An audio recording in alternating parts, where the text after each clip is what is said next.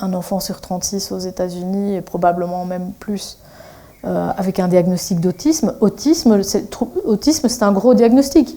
À côté de ça, il y a les enfants qui ont des troubles du développement, donc qui ont de l'hyperactivité, des TED, comme on dit, troubles envahissants du développement, troubles de l'attention, etc.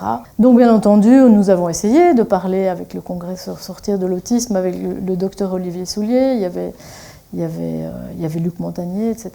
La réponse a été celle qu'on a connue, ça a été une répétition de ce qu'on a vu avec le Covid.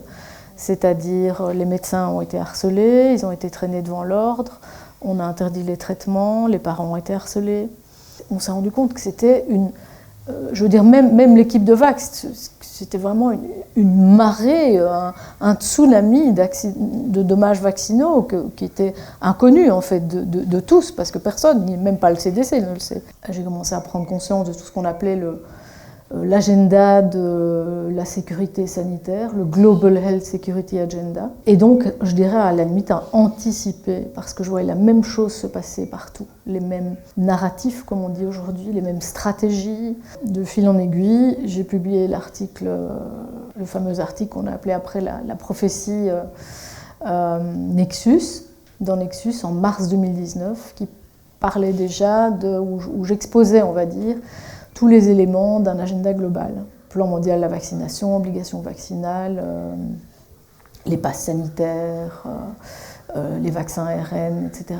Donc on a bien compris qu'en fait, c'était vraiment au cœur de l'agenda politique. Et ça allait rester. Donc moi, c'est pour ça qu'on pouvait logiquement anticiper qu'aux élections suivantes, c'est-à-dire en 2020, enfin la campagne commençant en 2020, on pouvait tout à fait anticiper le fait qu'il y aurait probablement une grande pandémie juste à ce moment-là, puisque c'était le moment pour faire passer l'agenda de la santé globale, de la sécurité sanitaire. Toute l'opération Warp Speed aux États-Unis a été une opération militaire. Tout, absolument tout, a été dirigé par les militaires. Les vaccins ont été développés par des militaires. Ils ont été non seulement développés par des militaires, mais par des gens qui faisaient de la recherche, tous, y compris les scientifiques en chef, sur tout ce qui est transhumanisme. Après la vaccination, il fallait remettre les flacons sous scellés. Pendant 1 an, tout le monde était là en se disant « quand est-ce qu'on met la main sur un vaccin ?» On a fini par mettre la main sur des vaccins.